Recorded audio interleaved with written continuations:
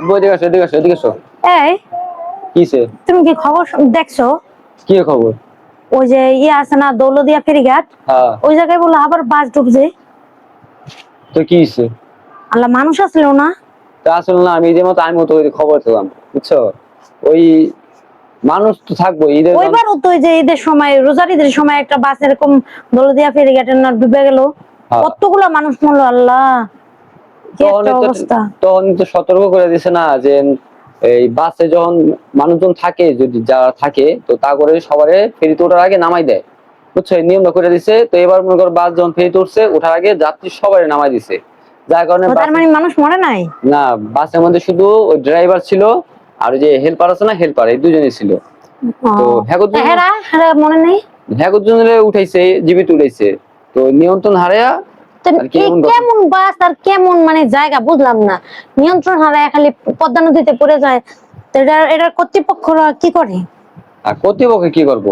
এখন যে বাস চালারা যদি মনে করো উল্টাপাল্টা করে চালায়, গতি নিয়ন্ত্রণ হারালায়, তখন তো এই ঘটনা ঘটেই।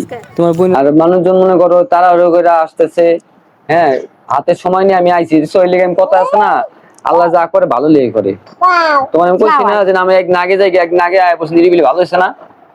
হ্যাঁ, এটা ঠিক কইছো, কিন্তু তখন যাইতে ইচ্ছা করে না বাড়ির থেকে। যত বেড়াবে তত খালি মজাই লাগে বেড়াইতে লিগা, বুঝো নাই? ঢাকায় আইতে হইলে হাতে একদিন সময় নিয়ে আইতে হয়। আয় দেখা গেলো পরিবেশের সাথে খাপ হয়, মিলে তো শরীর একটু অসুস্থ হয়ে যায়। দেশের আবহাওয়া ঢাকার আবহাওয়া তো এক না।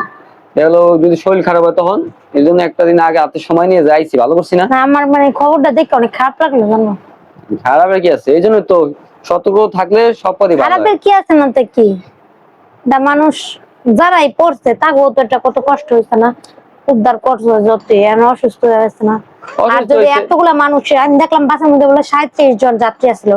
হয় মানে যাত্রী আর ওই যে ড্রাইভার, সব মিলিয়ে 40 জনের মতন। তবে হ্যাঁ গো, যে জিনিসপত্র গুলো হচ্ছে দেশে তাইলে মানে অনেক কিছু নিয়ে হয় না।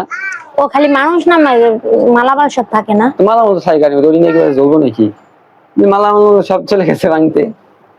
তবে সবাই যে নামাই দিয়া ফেরিতে গাড়িটা উঠাইছে, এটা একটা ভালো কথা, ভালো কাজ। কারণ দুর্ঘটনা কম হয়ে যায়। অশেষ শুকরিয়া না, কতটি মানুষের জীবন বাঁচছে। কিন্তু এটা একটা ব্যবস্থা নেওয়া উচিত, কর্তৃপক্ষের এটার দিকে বিশেষ নজর দেওয়া দরকার। একটা দুর্ঘটনা একবার ঘটছে, তখনই তো সচেতন হওয়া দরকার। খালি মানুষ নামাই দিলে হইব?